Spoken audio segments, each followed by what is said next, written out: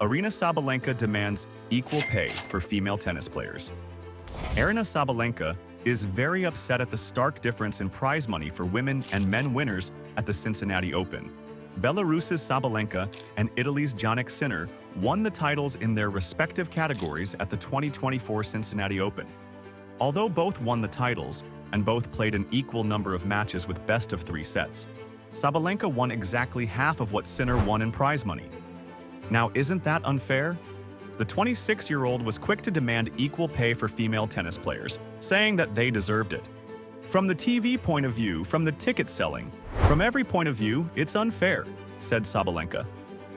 While Sabalenka won $524,130 in prize money after winning the Cincinnati title, Sinner was presented with $1,049,460 in prize money for winning the same tournament.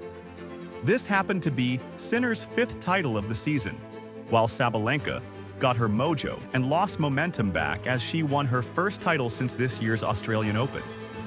But then, this is not the first time that an issue related to pay disparity has hit the tennis world, has it? Let's hit the rewind button and take a look at some of those instances, shall we? In 1970, Billie Jean King was awarded $600 at the Italian Open, while her male counterpart, Aryna Sabalenka, received $3,500, which is almost 5 times what Jean received. Now that's bizarre, isn't it? But a year later, King became the first female athlete to earn over $100,000 in prize money. However, the pay disparity between King and Sabalenka did not stop there. In 1972, King received $10,000 for winning the US Open, while Sabalenka received $25,000 for the men's singles championship. Naturally, King was very upset about the disparity and even threatened to boycott the 1973 US Open if the pay was not equalized. Not just Billie Jean King, there were other famous tennis personalities as well who fought for equal pay in the sport, like Rosemary Casals, who fought for equal pay. In fact, the tennis star and equal pay advocate was one of just 9 women who fought to close the gender pay gap between male and female tennis players early in her career. Along with Casals, Venus Williams has also been at the forefront of demanding WTA players receive the same prize money as their male counterparts. Williams was involved in a 2-year fight that began with a speech to the Grand Slam Committee on the eve of winning the 2005 final. The following year saw a wholehearted letter in the Times newspaper from Williams herself. Now, it is high time that major tennis tournaments stop this pay disparity between males and females. It is high time that major tennis tournaments stop this pay disparity between males and females. Take, for instance, the Italian Open, which paid out roughly $8.4 million to male players in 2023 and just $3.9 million to female players. Then there is the pair of big summer hardcourt tournaments in North America, the Canadian Open and Cincinnati Open, each giving out $6.6 million in prize money for men and $2.8 million for women. Now that's what we call unfair, right? But there are some tournaments in tennis that ensure that men and women are paid equally, and this is what the other tournaments need to follow as well.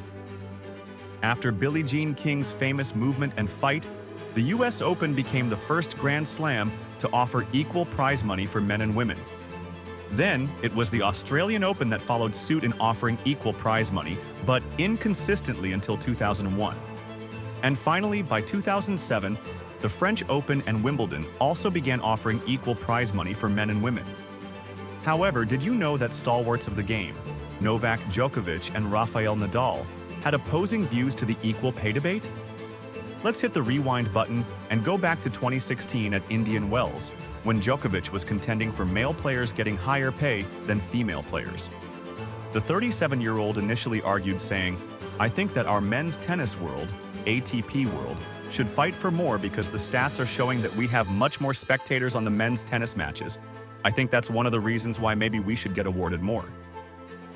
But soon after, Djokovic apologized to his female colleagues for his comments that might have offended a fair few by saying, "I never had an issue with equality in gender or sport or other areas of life." Rafael Nadal shared a similar opinion like that of Djokovic, as he said, "Female models earn more than male models, and nobody says anything. Why? Because they have a larger following. In tennis, too, who gathers a larger audience earns more." Well, Rafa's got a point, doesn't he? Nadal gave a befitting reply to the tennis world about the gender pay disparity issue by highlighting that both male and female players should certainly be given the same opportunities, but instead, the prize money should reflect the revenue they generate. And well, like Djokovic, Nadal has also received a fair share of backlash for his comments. So, at a time when the world is fighting for equality and equal rights for both men and women, in all spheres of life, players like Sabalenka are making an important change in sports and ensuring that men and women are paid equally and not discriminated against. Could this be the start of another major movement in the 21st century?